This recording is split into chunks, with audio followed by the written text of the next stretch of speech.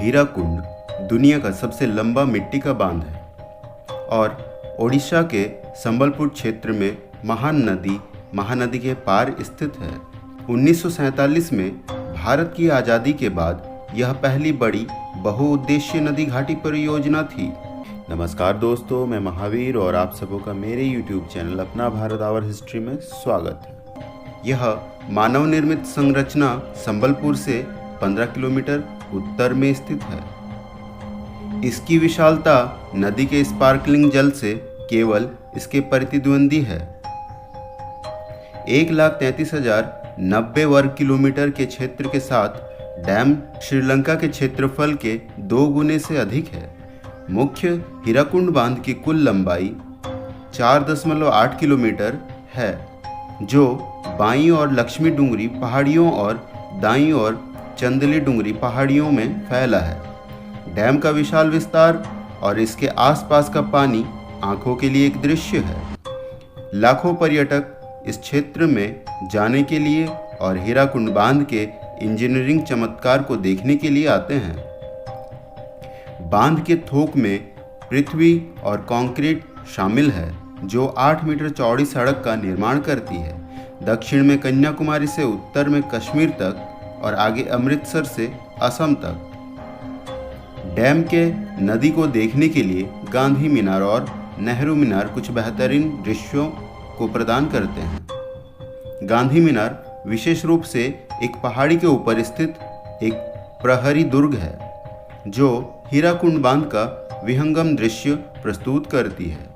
महानदी का सुखदायक और साफ पानी क्षितिज से परे फैला है, जो आकाश और नदी के बीच की रेखाओं को धुंधला कर रहा है। और जहाँ भी पानी के विशाल खंड हैं, वहाँ हमेशा सुंदर पक्षी आते हैं। इसीलिए हीराकुंड बांध उत्साही लोगों के लिए एक आदर्श स्थान है। आप बांध के नीचे स्थित सुंदर जवाहर उद्यान की सैर भी कर सकते हैं। जल संसाधन विभाग त्रुटिहीन रूप से पार्क और वॉच टावर दोनों का रखरखाव करता है।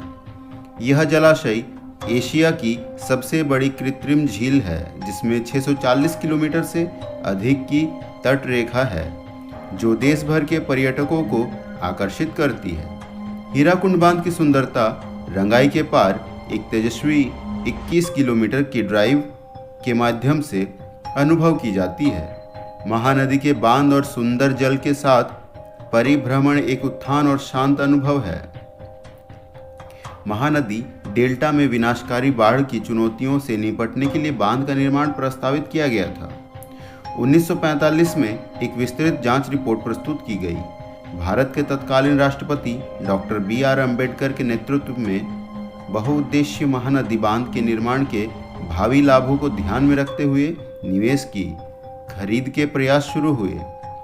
इस परियोजना को केंद्रीय जलमार्ग, सिंचाई और नेविगेशन आयोग द्वारा लिया गया था। 15 मार्च 1946 को ओडिशा के गवर्नर सर हॉथॉर्न लेविस ने हीराकुंड बांध की आधारशिला रखी और पंडित जवाहरलाल नेहरू ने 12 अप्रैल 1948 को कंक्रीट का पहला बैच बिछाया। महानदी के ऊपरी जल निकासी बेसिन को 2 विपरीत घटनाओं के लिए जाना जाता है। एक और आवधिक सूखा और दूसरी ओर निचले डेल्टा क्षेत्र में बाढ़ से फसलों को व्यापक नुकसान होता है। जल निकासी प्रणाली के माध्यम से नदी के प्रवाह को नियंत्रित करके इन चुनौतियों को कम करने में मदद करने के लिए बांध का निर्माण किया गया था। हीराकुंड बांध महानदी के प्रवाह को नियंत्रित करता है और बिजली का उत्पादन करता है। बांध देश के लिए बिजली उत्पादन का एक महत्वपूर्ण स्रोत है। बिजली उत्पादन के साथ एशिया की सबसे बड़ी कृत्रिम झील भी इस क्षेत्र को सिंचाई प्रदान करती है। विकास और प्रगति की लागत अक्सर पर्याप्त होती है। हीराकुंड के मामले में 1957 में डैम के पूरा होने के बाद डूबे कई मंदिरों के पूर्ण विनाश का कारण बना। यदि आप गर्मियों में यात्रा करते हैं तो डैम का पानी फिर से खो जाने वाली इन संरचनाओं को प्रकट करेगा। इन मंदिरों की भूली बिसरी कहानियों ने इतिहासकारों का ध्यान खींचा है। इन मंदिरों के ऐतिहासिक महत्व का दस्तावेजीकरण करने के प्रयास शुरू हो गए हैं, जबकि कई मंदिर 58 साल से पानी के भीतर नष्ट हो गए हैं। लगभग 50 पानी और समय की कसौटी पर खड़े हैं। उनकी संरचनाएं अब और फिर हमें खोई हुई कहानियों और समय की एक अलग अवधि की याद दिलाती है। मंदिरों के आसपास के शिलालेख के साथ 2 पत्थरों की खोज के साथ निकली।